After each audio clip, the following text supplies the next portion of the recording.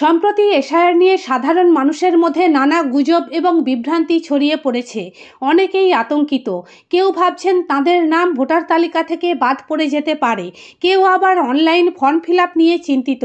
এই সমস্ত প্রশ্নের উত্তর খুঁজতে আমরা মুখোমুখি হয়েছিলাম নির্বাচনী দপ্তরের আরামবাগ মহকুমার ইআরও তথা আরামবাগের এসডিও রবি কুমারের সঙ্গে। তিনি জানান, এসআইআর নিয়ে আতঙ্কিত হওয়ার কিছুই নেই।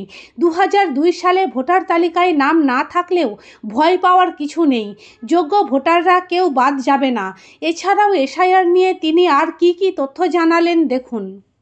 স্যার, নতুন যে এসআইআর শুরু হয়েছে, তো এসআইআরে যারা ভোটার এবং সাধারণ মানুষ তারা ভয় পাচ্ছে, আদৌ কি তো ভয় পাওয়ার কোনো বিষয় আছে? না, ভয় পাওয়ার কিছু বিষয় নেই। এটা তো আমরা আগে থেকে এটা সুইপ অ্যাক্টিভিটি চলছে কি এই এক্সাইজটা যেটা রয়েছে যে এলিজিবল ভোটার্স আছে ওরা ওদের জন্যই আছে, মানে এই মুহূর্তে ভয় পাওয়ার কোনো দরকার নেই। এমনি লোকের মধ্যে আছে যে 2002 যদি ওনার নাম নেই তাহলে ওরা বাতিল হয়ে যাবে, এমনি কিছু নেই। এটা তো জাস্ট এক ম্যাপিং এক্সারসাইজ চলছে। যার নাম নেই তার জন্য আমরা পরে একটু হিয়ারিং হবে, নোটিশ হবে, এমনি কাউকে বাতিল করা হবে না।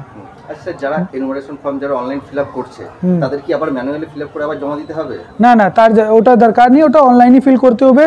তার জন্য ডিটেলভাবে গাইডলাইন আছে, ওনাকে শুধু অনলাইনভাবে ফিল করে ওখানে ওনাদের যে ডকুমেন্টগুলো আছে ওটা জমা দিতে হবে, ফিজিক্যালি করার কিছু দরকার নেই। স্যার, এরকম অনেক ভোটার আছে যারা ফর্ম ফিল আপ করতে পারছে না, তাদের ক্ষেত্রে কি ফর্ম ফিল আপের আলাদা কোনো ব্যবস্থা আছে?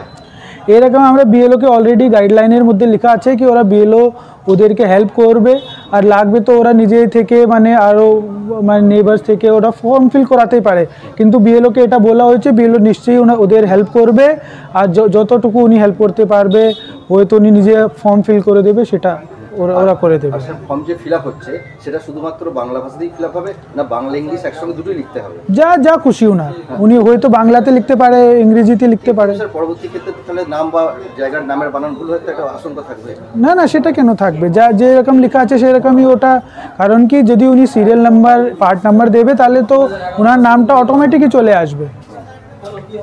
আচ্ছা স্যার, এই যে বিএলওরা যারা কাজ করছে, তো বিএলওদের কাজ করতে কোনো সমস্যা হলে সেক্ষেত্রে কোনো সহায়তার কোনো ব্যাপার আছে?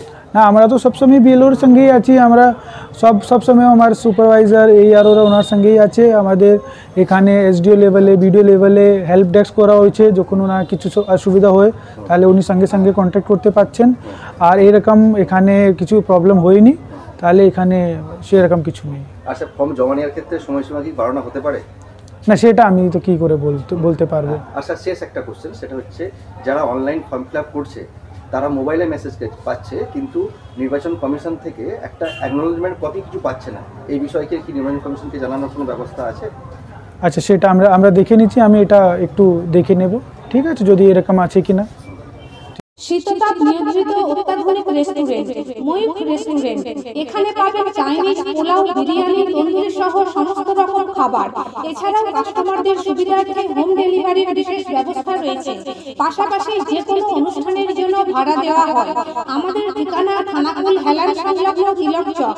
Phone number 8617492616 9732162360। সেরা খাবারের স্বাদ পেতে আজই আসুন ময়ূখ রেস্টুরেন্টে।